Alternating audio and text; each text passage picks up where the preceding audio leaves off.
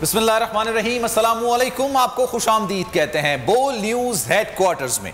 दिन भर की अहम खबरों के साथ मैं हूं सलमान मिर्जा। मैं हूं महविश तबस्सुम और मैं हूं शाइस्ता शहजाद। बुलेटिन के आगाज में आपको खबर दें, कलअदम तहरीके तालिबान पाकिस्तान से अफगानिस्तान से बातचीत चल रही है। अगर पाकिस्तानी तालिबान हथियार डाल दें तो उन्हें माफ कर देंगे। तुर्क टीवी को इंटरव्यू देते हुए वजीर आजम इमरान खान का कहना था कि कलअदम तहरीक कर दी। पाकिस्तान ने भी भरपूर जवाब देने का फैसला कर लिया। वजीर आजम की जेर सदारत इजलास में पाकिस्तान मुखालिफ मुहिम की काउंटर हिकमत अमली तय कर ली गई। वजीर आजम ने आलमी मीडिया को भी भरपूर जवाब देने की हिदायत कर दी। दुश्मन चलने लगा नई चाल, पाकिस्तान को एक बार फिर हदफ बनाने के लिए बुनने लगा जाल। पाकिस्तान ने जवाब देने के लिए तैयार कर लिया प्लान। वजीर आजम इमरान खान की जेर सदारत अफगानिस्तान की सूरत हाल पर इजलास हुआ।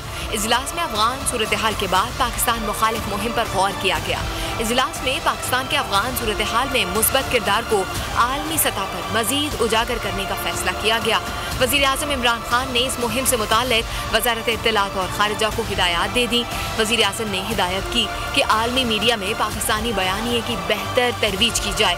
इजलास में वजीर आजम को आलमी मीडिया में पाकिस्तान के हक और मुखालिफिन में चुभने वाले आर्टिकल्स की रिपोर्ट पेश की गई। वजीर खारिजा ने दीगर ममालिक के वज़राए खारिजा से रवाबित और मुलाकातों पर भी ब्रीफिंग दी। अमरीका को एक बार फिर पाकिस्तान की जरूरत पड़ गई। अफगानिस्तान में अलकायदा के ठिकानों पर पाकिस्तान की फजाई हदूद इस्तेमाल करने की इजाजत मांग ली।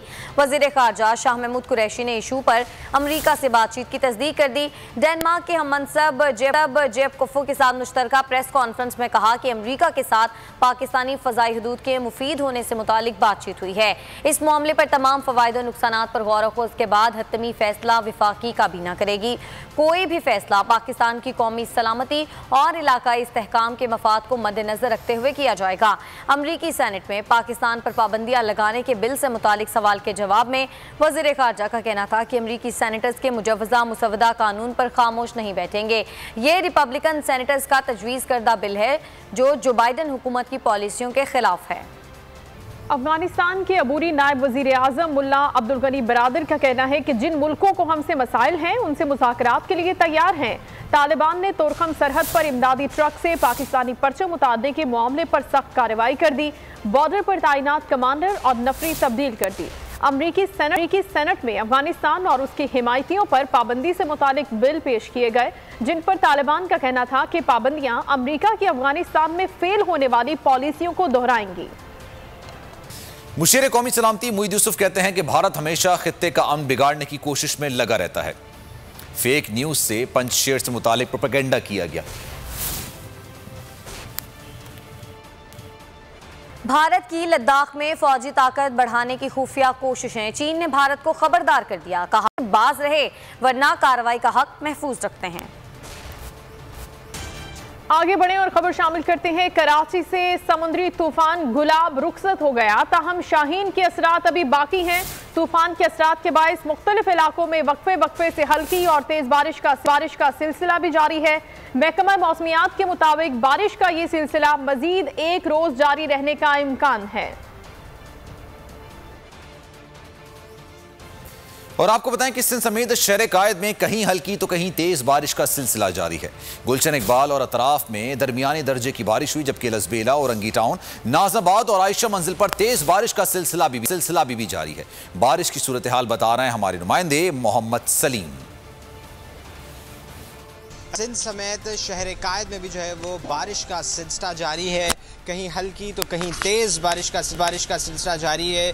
गुलशन इकबाल और अतराफ़ के इलाकों में जो है वो कुछ देर कबल तेज़ बारिश हुई है और जो है वो लसबेला, औरंगी टाउन, कोरंगी, हसन स्क्वायर, नीपा चुरंगी पर भी जो है वो मूसलाधार बारिश का सिलसिला जारी है। मैं इस वक्त मौजूद हूँ डिफेंस के ख़याबान बुखारी में, जहाँ पर जो है वो हल्की बूंदाबांदी का सिलसिला जारी है। शहरी इस बूंदाबांदी को बड़ा इंजॉय कर रहे हैं। शहरी जो है वो चाय के ढाबों पर बैठ रहे हैं और पकौड़े खाकर इस मौसम का मज़ा ले रहे हैं। उसके अलावा मैं आपको बताता चलूँ, महकमा मौसमियात के मुताबिक ये बारिश का सिलसिला जो है वो 3 तारीख तक जारी रहेगा। वज़ीर आला सिंध के अहकाम के तहत मुख्तलिफ अजला में जो है वो मुख्तलिफ वज़रा की ड्यूटी लगी हुई है और वो अपनी ड्यूटी सर अंजाम देने के लिए मुख्तलिफ जगहों पर मुख्तलिफ मकामात पर उस पानी को निकालने के लिए मौजूद हैं। बारिश का मसला कहीं पर भी हो रहा है, बारिश की वजह से कहीं पर भी जो है वो गड़ा पड़ रहा है या पानी जमा हो रहा है, तो वो मशीनरी जो है वो स्टैंड बाय पर है और मुख्तलिफ वज़रा जो है वो अब ऑन ग्राउंड हैं, ड्यूटी पर निकले हुए हैं। बहुत शुक्रिया, सारी सूरत हाल से आप आगाह कर रहे थे।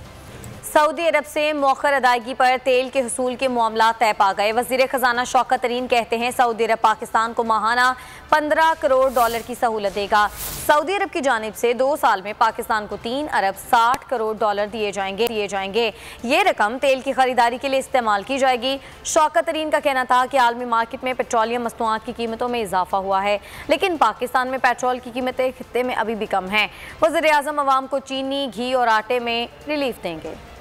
पेट्रोल की प्राइस 4 रुपए कर दी, डीजल की 2 रुपए कर दी। कीमतें क्यों बढ़ रही हैं? क्योंकि इंटरनेशनल प्राइसेस जो हैं वो बढ़ गई। इस वक्त पाकिस्तान की जो कीमतें हैं वो 70वें नंबर पे, हम इस पूरे रीजन में सस्ते हैं। इससे हुकूमत को 2 अरब रुपए का जो है वो नुकसान हुआ। मतलब है कि हुकूमत को पैसे आए नहीं, पैसे गए। हमारे वो लोग जो निचला तबका जिसको आप कहते हैं 12.5 मिलियन घराने, उसके लिए हम अब अक्टूबर से डायरेक्ट सब्सिडी देंगे, डायरेक्ट फूड सब्सिडी देंगे, आटे के लिए देंगे, घी के लिए देंगे, चीनी के लिए देंगे, दालों के लिए देंगे, इसलिए कि ये इस वक्त जो है ये मुश्किलात में है। मुल्क में बेचैनी की जिम्मेदार सियासी अस्करी क़यादत है। जितना जोश हमारी तकारीर में होता है उतना अमल में भी होना चाहिए। साबिक वज़ीर आज़म शाहिद खाकान अब्बासी का तलबा कन्वेंशन से खिताब। कन्वेंशन में आज़ाद कश्मीर के सीनियर वज़ीर तनवीर इलियास ने भी शिरकत की। शाहिद खाकान ने मजीद कहा कि नाकामी तलबा और उलमा की नहीं सियासी क़यादत की है। तरक्की का वाहिद रास्ता आइन पर चलने से मुमकिन है। आइन को इस्लामी निज़ाम के तहत होना चाहिए। हमें इस बात का एतराफ़ करना पड़ता है कि 74 साल के सफ़र के बाद भी अपनी मंजिल मकसूद से बहुत दूर है। आज जो बेचैनी मुल्क में है उसकी जिम्मेदारी हम सब पर जाती है, चाहे वो सियासी हो, चाहे वो जुडिशल हो, चाहे वो अस्करी हो। हम अपने मुल्क को वो लीडरशिप देने में नाकाम रहे हैं। इसी मामले को हमने आज दुरुस्त करना है। आज अगर तालीम का निज़ाम नहीं है तो उसकी जिम्मेदारी भी लीडरशिप की है। पाकिस्तान अपने आइन के मुताबिक नहीं चलेगा, इदारे अपनी आइनी हदूद में नहीं रहेंगे तो ये मुमकिन नहीं है कि मुल्क तरक्की कर सके। हमारा वाहिद रास्ता तरक्की का आइन का दिफा करना, इस आइन के मुताबिक मुल्क को चलाना है। ये इस्लामी जमहूरिया का आइन है, इसको इस्लाम की तालीमात के मुताबिक होना चाहिए। अगर कोई कमी है उसको दूर किया जा सकता है, लेकिन वो भी सियासी लीडरशिप की जिम्मेदारी है। ईवीएम पर पीपल्स पार्टी का हुकूमत को टफ टाइम देने का फैसला। हुकूमत से मुज़ाकरात ना करने का इंदिया दे दिया। शाजिया मरी ने कहा कि हमें ज़रूरत नहीं कि पीटीआई से चेयरमैन और ईवीएम के मामले पर बात करें। हुकूमत एक तरफ मुज़ाकरात करने की बात करती है तो दूसरी तरफ ऑर्डिनेंस लाने की बातें करती है। स्पीकर ने ईवीएम से मुतालिक कोई कमेटी तश्कील नहीं दी। पीपल्स पार्टी ने कभी अच्छे काम से इनकार नहीं किया। मुज़ाकराती टीम से मुतालिक हुकूमत झूठ बोल रही है। ईवीएम का कानून इन सिलेक्टेड लोगों को दोबारा सिलेक्ट करवाने की एक बहुत सोची समझी मंसूबा बंदी है। बगैर मुशावरत के एक ऐसा सिस्टम मुसल्लत करने की यहाँ पर बातें हो रही हैं और तैयारी हो रही है जो कि हम सब जानते हैं कि सिर्फ और सिर्फ चोरी के लिए है, वोट पे डाके के लिए है और मजीद पाकिस्तान में इलेक्शन प्रोसेस को गंदा करने के लिए है। ये भी एक प्रोपेगेंडा है कि कोई कमेटी बनाई थी जिसमें ईवीएम की बात हुई। ऐसी कोई कमेटी नहीं बनी है क्योंकि मैं कौमी असेंबली में हूँ। अलबत्ता स्पीकर साहब ने अपने तई ये शायद कोशिश की हो कि जी अपोजिशन के साथ बात की जाए और गवर्नमेंट का जो है वो उनके साथ बिठाया जाए और कोई रिफॉर्म्स जो इलेक्शन के हैं उस पर बात की जाए।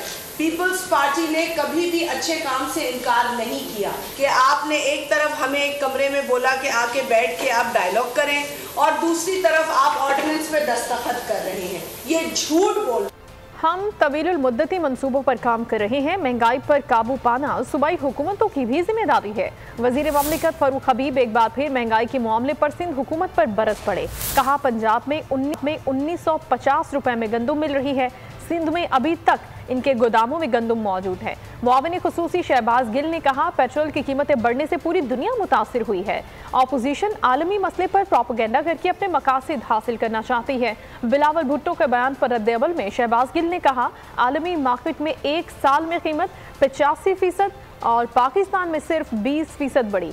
पाकिस्तान वाहिद मुल्क है जहां इस मसले पर सियासत की जा रही है।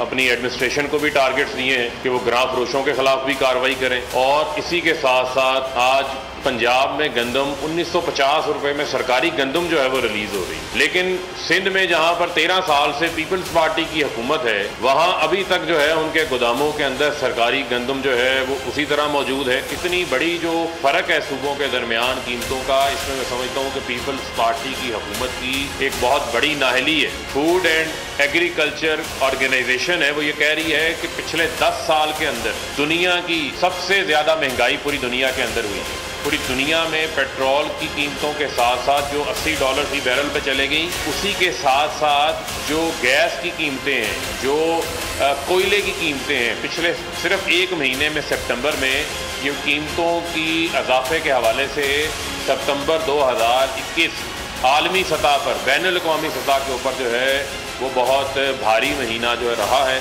और हुकूमत की कोशिश है कि अवाम के ऊपर आलमी कीमतों के इजाफे का कम से कम बोझ डाला जाए। इस्लामाबाद हाई कोर्ट ने 60 रोज में लाजमी हल्फ के खिलाफ लीगी दरख्वास्त नाकाबिले समाअत करार देते हुए मुस्तरद कर दी। दौरान समाअत चीफ जस्टिस अतहर मिनुल्लाह ने रिमार्क्स दिए, अगर कोई हल्फ नहीं लेता तो अवाम इससे मुतासर होते हैं। इस मामले में अदालत का इख्तियार इस्तेमाल करना मफाद आमा में नहीं। पार्लियामेंट को तजवीज़ कर रहे हैं कि इसको इख्तियारात इस्तेमाल करने चाहिए। अगर कोई मुंतखब होने के बाद हल्फ नहीं लेता तो उससे अवाम मुतासिर होते हैं। क्या सियासी जमात इस पॉइंट को सपोर्ट करती है? सदारती ऑर्डिनेंस के खिलाफ दरख्वास्त की समाअत के दौरान इस्लामाबाद हाई कोर्ट के रिमार्क्स। अदालत ने नून लीग की दरख्वास्त नाकाबिल समाअत करार देते हुए मुस्तरद कर दी। दौरान समाअत चीफ जस्टिस अतहर मिनुल्लाह ने इस्तिफसार किया, सियासी जमात क्यों, इसमें मुतासिरा फरीक है। वकील ने जवाब दिया, पटिशनर पार्टी पार्लियामेंट में है। चीफ जस्टिस ने रिमार्क्स दिए, अगर कोई जमात मुतासरा हो तो पार्लियामेंट में ऑर्डिनेंस मुस्तरद कर सकती है। अदालत ने करार दिया, इस मामले में अदालत का इख्तियार इस्तेमाल करना मफाद आमा में नहीं। पार्लियामेंट को तजवीज़ कर रहे हैं कि इसको इख्तियारात इस्तेमाल करने चाहिए। ऑर्डिनेंस का मकसद कोई नशिस्त खाली न रहे। तवक्को है कि सियासी जमातें पार्लियामेंट में मामला हल करेंगी। अदालत ने फरीकैन के दलाइल सुनने के बाद दरख्वास्त काबिल समाअत होने पर फैसला महफूज किया। बाद में फैसला जारी करते हुए दरख्वास्त मुस्तरद कर दी। सुप्रीम कोर्ट ने शहबाज शरीफ और कुलसूम नवाज से इजाफी टैक्स वसूली के केस में FBI को आखिरी वार्निंग दे दी। अदालत ने रिमार्क्स दिए, इजाफी टैक्स का नोटिस कब दिया, आखिरी मौका है, नोटिस साबित ना हुआ तो केस उड़ा देंगे। फरीकैन को नोटिस दिया गया है तो इजाफी टैक्स का इत्तलाक हो जाएगा। शहबाज शरीफ और कुलसूम नवाज को इजाफी टैक्स का नोटिस कब दिया, आखिरी मौका है, नोटिस साबित ना हुआ तो केस उड़ा देंगे। सुप्रीम कोर्ट ने FBI को आखिरी वार्निंग दे दी। इजाफी टैक्स पर हाई कोर्ट के फैसले के खिलाफ अपील पर 2 रुकनी बेंच के रूबरू समाअत। जस्टिस उमर अता बंदियाल ने रिमार्क्स दिए कि FBI अपनी दस्तावेज का जायजा ले। फरीकैन को नोटिस दिया गया है तो इजाफी टैक्स का इतलाक हो जाएगा। FBI के वकील ने बताया कि हमारा मौक़िफ़ है कि नोटिस दिया गया था।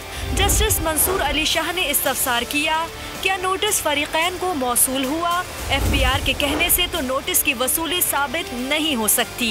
जस्टिस उमर अता बंदियाल ने कहा कि ये 1994-95 का मामला है। इजाफी टैक्स 2002 में लगा, नोटिस कब हुआ? FBI ने तारीख भी नहीं बताई। अवाम हो जाएं तैयार, ओगरा ने LNG की दरामदी कीमत में इजाफा कर दिया है। पेट्रोल और गैस के बाद अवाम को LNG भी महंगी खरीदना पड़ेगी। खबर आपको दे रहे हैं इजाफे के हवाले से। ओगरा ने LNG की दरामदी कीमत में इजाफा कर दिया है। पेट्रोल और गैस की कीमतों के बाद अब अवाम को LNG भी महंगी खरीदना पड़ेगी। आपको बताएं कि पेट्रोल की कीमतें बढ़ाने पर अपोजिशन ने ऐवानों के अंदर और बाहर भी एहतजाज किया। कौमी असम्बली में खवातीन ने नारे लगाए। सेनेटर अजहर अब्बानी ने कहा कि महंगाई इतनी बढ़ गई है कि अब मुल्क इनकलाब की तरफ जा रहा है। कायदे ऐवान शहजाद वसीम ने जवाब दिया कि अपोजिशन पेट्रोल पर शोर कर रही है लेकिन सिंध में तो बच्चों को खुराक तक नहीं मिल रही। पेट्रोल की कीमतों ने पार्लियामेंट में भी आग भड़का दी। ऐवान बाला और ऐवान ज़ीरी दोनों जगह अपोजिशन का हंगामा। कौमी असम्बली में अपोजिशन अरकान प्ले कार्ड साथ ले आए, डेस्कों पर खड़े हो गए, नारे लगाए। ख्वाजा आसिफ कौमी असम्बली में गरजते बरसते रहे। क्या बनेगा इस अवाम का जो है वो रहम करें पाकिस्तान की आवाम पे, वो रहम करें, रहम करें। ऐवान बाला में भी सूरत हाल मुख्तलिफ न रही। रज़ा रब्बानी, गिलानी और शहरी रहमान की तकरीरों से ऐवान दरज उठा। जनाब चेयरमैन, आप एक इनकलाब की तरफ जा रहे हैं और जो सबसे खौफनाक बात है वो ये है जनाब चेयरमैन कि उस इनकलाब को लीड करने वाला कोई नहीं है। सिवाय IMF से और पैसे लें, सऊदी अरेबिया से और पैसे लें, जहां से मिले मांगे तांगे पैसे। सब्सक्राइब करें और बेल दबाएं ताकि कोई खबर रह न जाए।